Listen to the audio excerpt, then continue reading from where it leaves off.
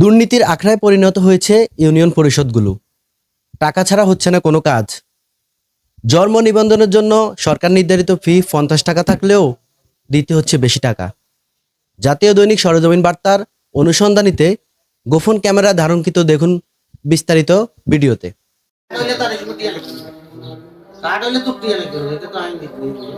করি 200 টাকা করে দিল। হ্যাঁ 200 টাকা করে দিল কি এই যে 60টা না 60টার জন্য 400 টাকা দিছি। এই টাকা সার্ভিসের সিগনেচার লমু কেন?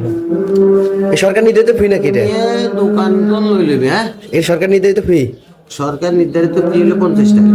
তো আবেদন আছে না? বেশি নেওয়া হচ্ছে যে আবেদন 50 টাকা। আবেদন 50। আপনি কম নিচ্ছেন? অন্য ইউনিয়ন আরো বেশি নিচ্ছে। অন্য ইউনিয়ন আরো বেশি কি ভাই বেডি যে তো আপনি বললে কার্টুন বললে জন্ম নিবন্ধন বলে ইনশানে আলে গেছেন আপনি না তারপরে কইলে দেন তো যারা এটা কোন সমস্যা কে কে যাতে তো লই যায় তা তুমি দেখতে না সেটা তো কি রাখতে হবে আমি তো কইতে আরে দেখো এটা বলে আবার আপনি পেপারের পাতলা দেন ওই আবার কোন করেন না বাবা কালার প্রিন্ট করেন না এটা কি একবার বাতলা হয়তো নির্দেশনা আছে থেকে 100 গ্রাম দা কাগজ শর্টে না এটা আনে কারণটা বলে শশাকে ভিতরে এনে তুই আর হসি গেলে কথা না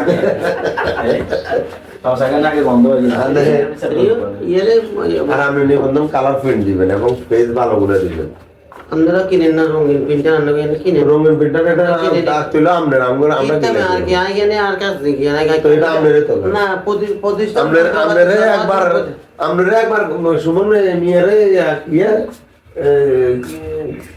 প্রিন্টার কি এলাম একবার 1 লাখ টাকা নিছেন না এক দিন তো কাম করে কি হবে যা আগে মেল হইছে না কি কাটতে দাও 1 লাখ টাকা মার দিছে। ওই তারিয়ানে কাজ দিছে ওকে টাকা কাম করে না।